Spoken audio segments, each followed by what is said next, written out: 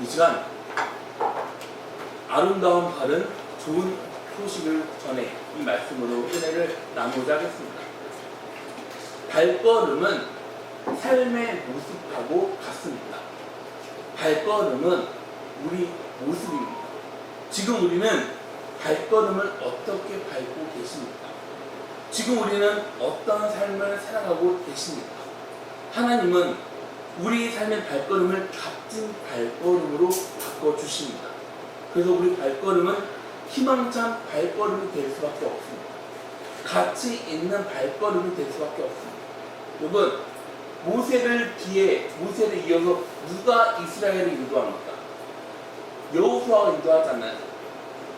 근데 여호수아를 한번 보세요. 모세가 여호수아에게 이제 너가 나를 대신해서 이스라엘을 하나님이 약속한 땅으로 인도해야 한다고 말했을 때 여호수아는 뭐라 말합니까?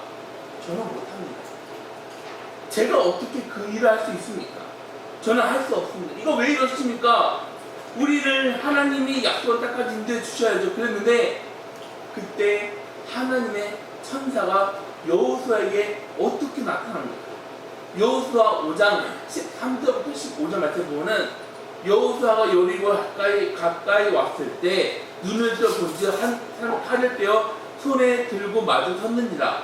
여호수아가 나아가서 그에게 묻되 너는 우리를 위하느냐 우리의 대적을 위하느냐. 그가 가로되 아니라 나는 여호와의 군대 장관으로 이제 왔느니라. 여호수아가 땅에 엎드려 절하고 가로되 나의 주여 종에게 무슨 말씀을 하려 하시나이까.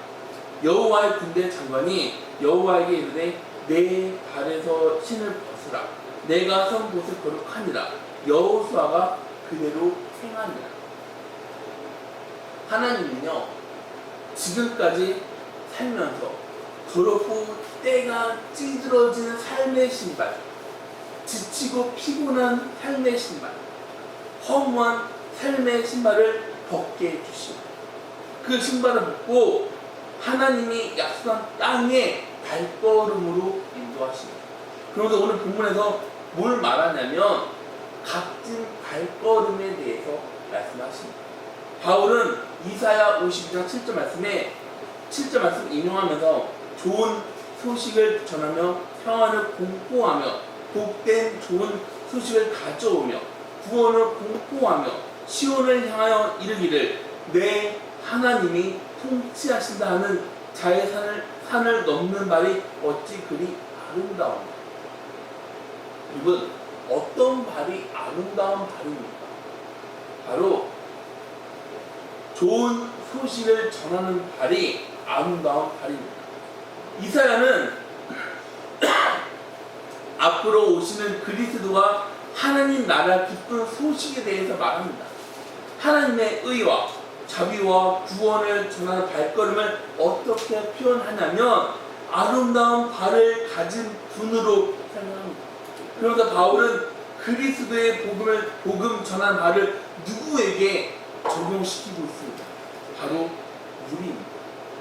저와 여러분에게 그거를 적용시키고 있습니다. 하나님은요, 아름다운 발의 걸음을 아름답게 보십니다. 하나님이 아름답고 값지게 여기는 삶을 살아가는 발걸음은 좋은 소식을 전하는 발걸음이 아름답다고 말씀하십니다. 여러분, 이 세상에서 가장 값지고 가치 있는 발걸음 어떤 발걸음이라고 생각하십니까? 지금 우리는 어떤 발걸음으로 살아가고 계십니까? 하나님이 귀하게 여기면서 가치 있는 발걸음으로 살아가고 계십니까? 바울이 뭐라 말하냐면 좋은 소식을 전한 발걸음을 하나님이 아름답게 여긴다고 말씀하십니다. 그럼 좋은 소식은 뭡니까? 뭐가 좋은 소식입니까? 바로 예수 그리스도이십니다. 그럼 예수 그리스도는 왜 좋은 소식입니까? 예수 그리스도를 믿기만 하면 우리는 죄 용서를 받을 수 있게 됩니다. 예수 그리스도를 믿기만 하면 우리는 사망에서 생명으로 옮겨집니다. 우리는 천국 시민권을 얻게 됩니다. 그 소식이야말로 좋은 소식이면서 가장 복된 소식이지 않습니까? 하나님은요, 가장 좋은 소식, 가장 복된 소식을 전한 발걸음이 아름답다고 말하십니다. 우리 성도 여러분, 우리 발이 가장 좋은 소식, 가장 복된 소식을 전하는 삶을 살아가시기 바랍니다. 여러분의 발은 가치 있는 발을 원하신다면, 하나님이 귀하게 여기는 발을 원하신다면, 여러분의 삶을 하나님이 아름답게 여기는 발걸음을 가진 삶을 살아가는 저와 여러분들이 다 되시기를 주의 이름으로 기원합니다. 그럼 좋은 소식 전한 발걸음은 왜 아름다운 발걸음일까요? 그 발걸음에는 뭐가 있냐면 확신 있는 사람의 발걸음이라는 것입니다. 좋은 소식 전하는 사람에게는 확신이 있습니다.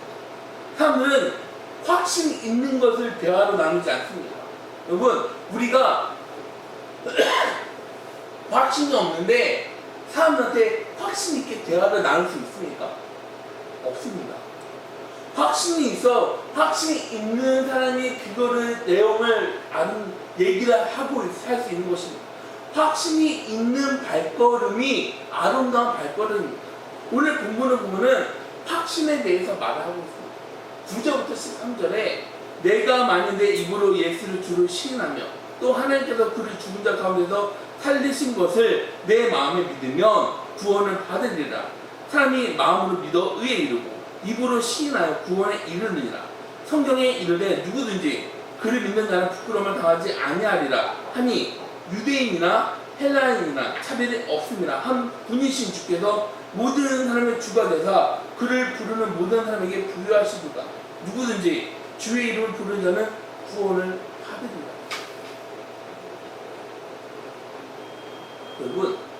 여러분은 예수님에 대한 확신이 있으십니까? 여러분, 다시 한번 묻겠습니다. 여러분은 예수님에 대한 확신이 있으십니까? 네. 그 확신, 어떤 확신입니까? 예수님이 내 구주이심을 확신하십니까? 네. 예수님이 우리 주인이 되심을 확신하십니까? 네. 예수님을 주님으로 확신하면서 살아가시길 바랍니다. 헬라어로 주는 바로 이겁니다. 크리오스. 예수님은 내 생명, 죽음을 결정하는 분으로 인정한다는 말입니다. 그러면서 주님을 하나님으로 인정한다는 것입니다. 예수님을 통해 구원받은 사람은 예수님을 하나님의 아들, 그분은 우리 죽음을 생명으로 결정하는 분으로 믿습니다. 예수님은 하나님의 아들로 이 땅에서 우리 죄를 짊어지시고 십자가에서 모든 것을 다 쏟아주셨습니다. 우리는 예수님의 죽음으로 용서받았습니다. 예수님의 부활로 사망에서 살리는 역사가 일어났습니다. 그래서 바울은 9절에서 뭐라고 말합니까? 내가 만일 내 입으로 예수를 주로 시인하면 또 하나님께서 그를 죽은 자 가운데서 살리신 것을 내 마음에 믿으면 구원을 받으리라. 예수님을 확신하면서 살아가는 저와 여러분들이 다 되시기를 주님의 이름으로 기원합니다. 예수님은 십자가를 지기 전에 제자들하고 유월절을 지킵니다. 그리고 제자들에게 잔을 주면서 뭐라 말하냐면 마태복음 26장 28절에 이것은 죄의 사함을 얻게 하려고 많은 사람을 위하여 흘리는 바 나의 피 곧 언약의 피입니다.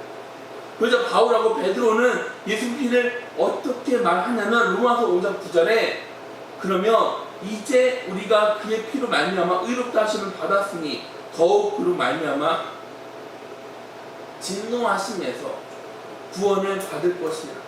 베드로전서 1장 18절부터 19절 말씀보면 너희가 알거니와 너희 조상이 물려준 헛된 행실에서 대속함을 받은 것은 은이나 금 같은 없어질 것을 된 것이 아니요 오직 흠 없고 정 없는 어린 양 같은 그리스도의 보배로 피로 된 것입니다.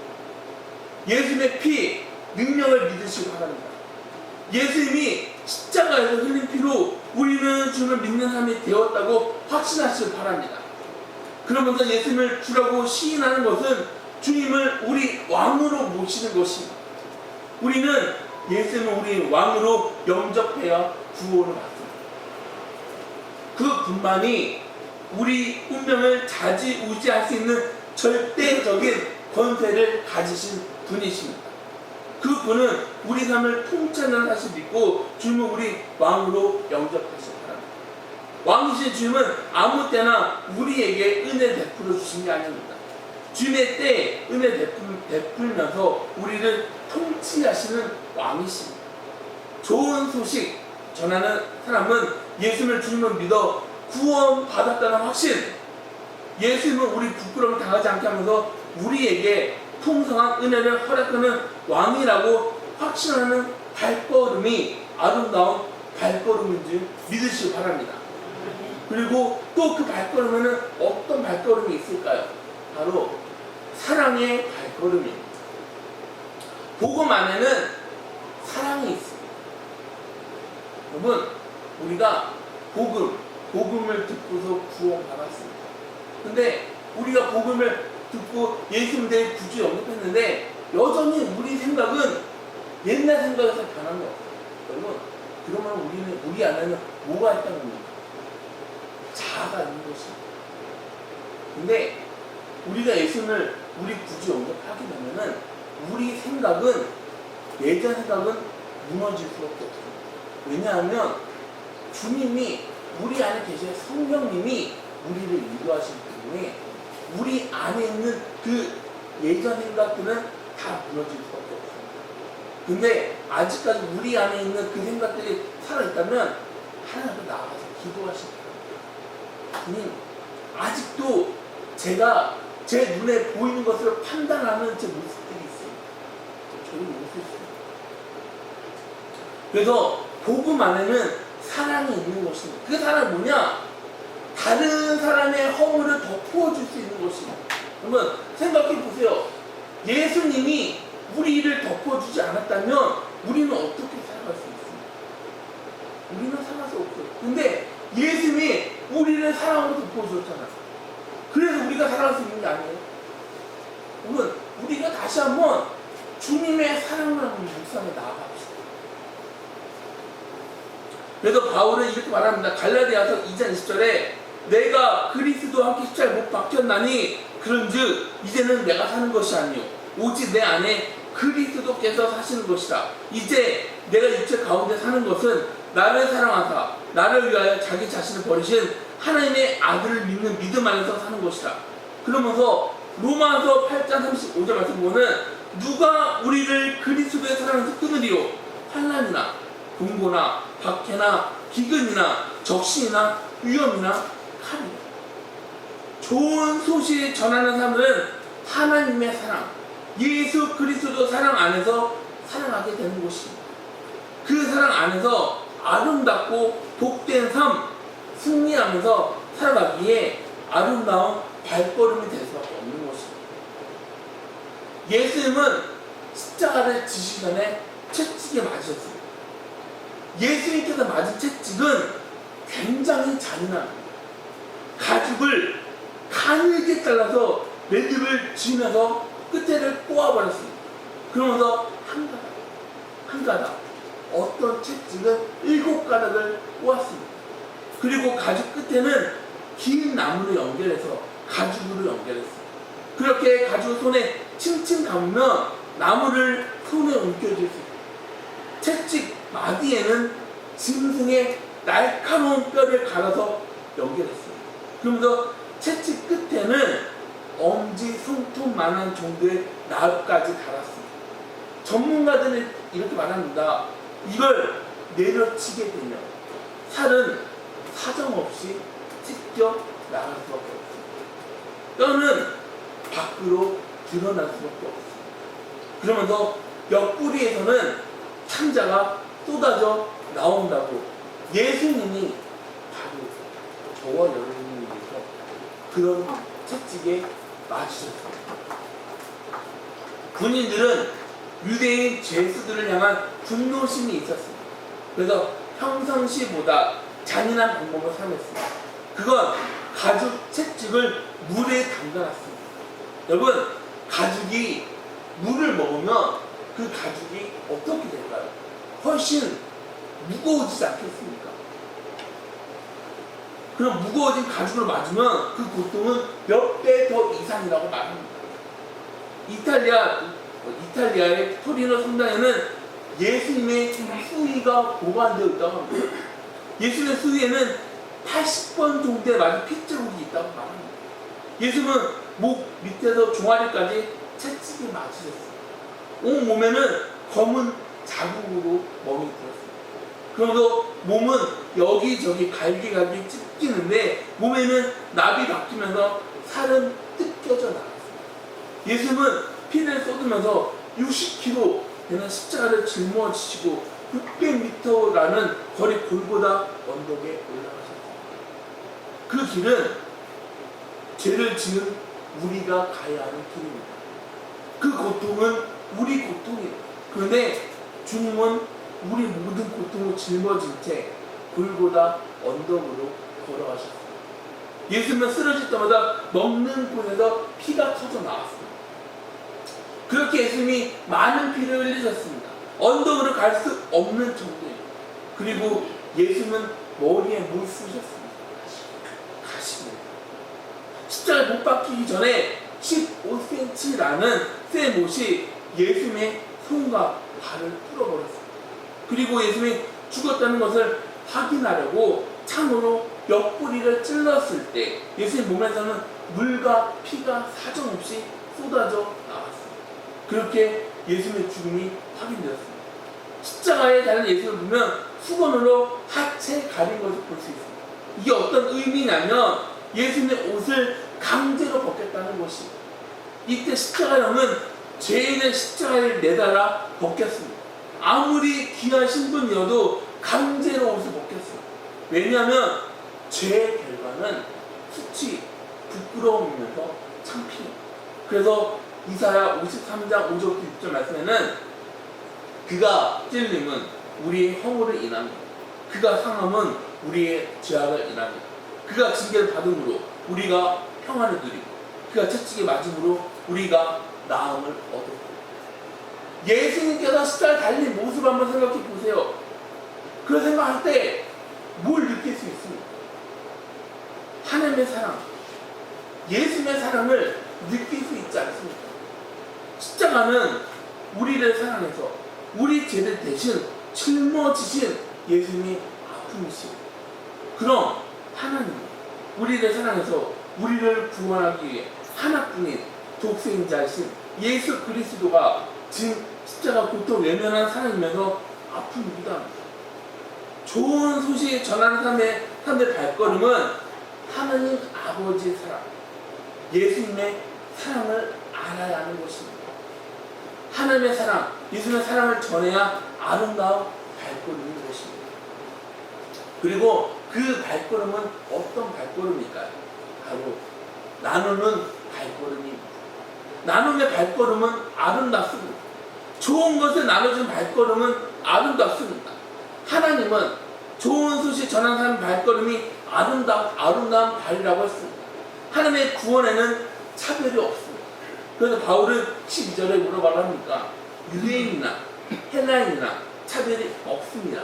한 분이신 주께서 모든 사람의 주가 되사 그를 부르는 모든 사람에게 부유하시고, 구원은 누구에게나 나눠야 하는 소식이라는 것입니다. 아름다운 발걸음은 좋은 소식을 나누는 복음의 발걸음인 것입니다. 이 나눔 발걸음은 풍요로움이면서 축복입니다.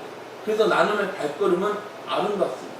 바울은 14절부터 15절에 그런즉 그들 믿지 아니하는 일을 어찌 부르리요, 듣지도 못한 일을 어찌 믿으리요, 전파하는 자가 없이 어찌 들으리요, 보내심을 받지 아니하였으면 어찌 전파하리요. 기록된 바 아름답도다. 좋은 소식을 전하는 자들 발이여 함과 같습니다. 믿지 못하는 사람들은 어떻게 부를 수 있습니까? 듣지 못하는 사람을 어떻게 부를 수 있습니까? 전하는 사람이 없습니다. 그런데 어떻게 들을 수 있습니까? 보냄을 받지 않았습니다. 어떻게 전할 수 있습니까? 복음을 나누기 위해 전하는 사람이 필요합니다. 전하기 위해 보냄을 받은 사람이 필요한 게 바로 오늘 말씀이지 않습니까? 우리 성도 여러분, 성경에서는 나눠주는 사람, 주는 사람이 복되다고 말합니다. 우리한테 가장 중요한 게 뭡니까? 생명이지 않습니까? 그 생명은 죽음에서 구원에서 생명을 나누는 것입니다. 가장 귀한 것을 나누는 사랑이 복음의 좋은 소식이라는 것입니다. 죽은 사람을 구원하는 뜨거운 사랑이 우리에게 넘쳐야 되지 않겠습니까? 생명을 나눠주는 나눔의 축복자가 다 되길 바랍니다. 주일 저녁에 스퍼전 목사님은 교회 성도들을 향해 이렇게 말했다고 합니다. 사랑하는 어머니들이요, 지금 당장 집에 가서 잠을 자고 있는 여러분의 자녀들을 깨우시기 바랍니다. 깨우면서 주님을 전하시기 바랍니다. 그 일을 왜 지금까지 미루고 있습니까? 스퍼전 목사님의 말씀을 들은 교회 성도들은 마음의 감동을 받았다고 합니다. 그래서 교회 어머니들 예배가 끝나면 무섭게 집으로 달려가서 자고 있는 자녀들을 흔들어 깨웠다고 합니다. 그리고 간절한 마음으로 전했습니다. 자다가 복면당한 자녀들 간절히 전한 어머니를 보면서 이렇게 말했다고 합니다.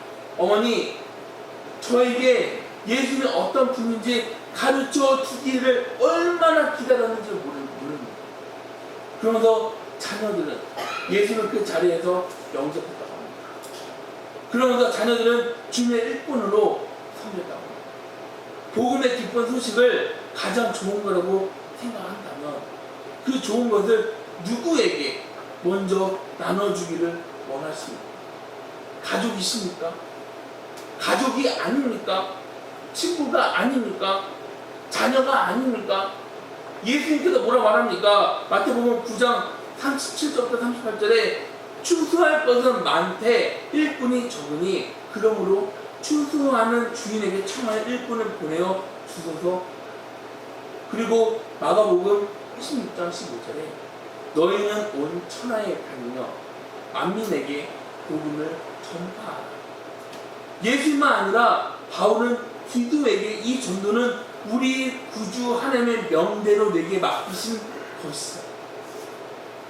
우리는 복음의 좋은 소식 전하는 아름다운 발로 축복의 삶을 살아가면서 때를 얻지 못하든지 전도할 수 있는 아름다운 발걸음을 가진 저와 여러분들이 다 되시기를 주의 이름으로 소망합니다. 다 같이 기도하시겠습니다.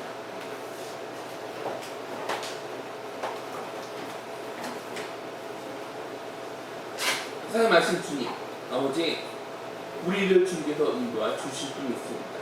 아버지, 우리는 주님께서 사람을 우리에게 보내주셨기에 우리는 그 복음을 들어서 주님을 영접할 수가 있었습니다. 구원받고 천국 백성 될 수 있었습니다. 그런데 하나님, 그 복음을 우리만 갖고 있는 것이 아니라 우리가 받은 복음을 우리 또한 전하면서 살아갈 수 있는 우리 성도님들이 되어질 수 있도록 아버지 주님께서 인도하여 주실 줄 믿습니다. 아버지, 우리는 하나님의 자녀입니다. 자녀는 하나님 아버지에게 충성하는 게 당연합니다. 순종하는 게 당연합니다.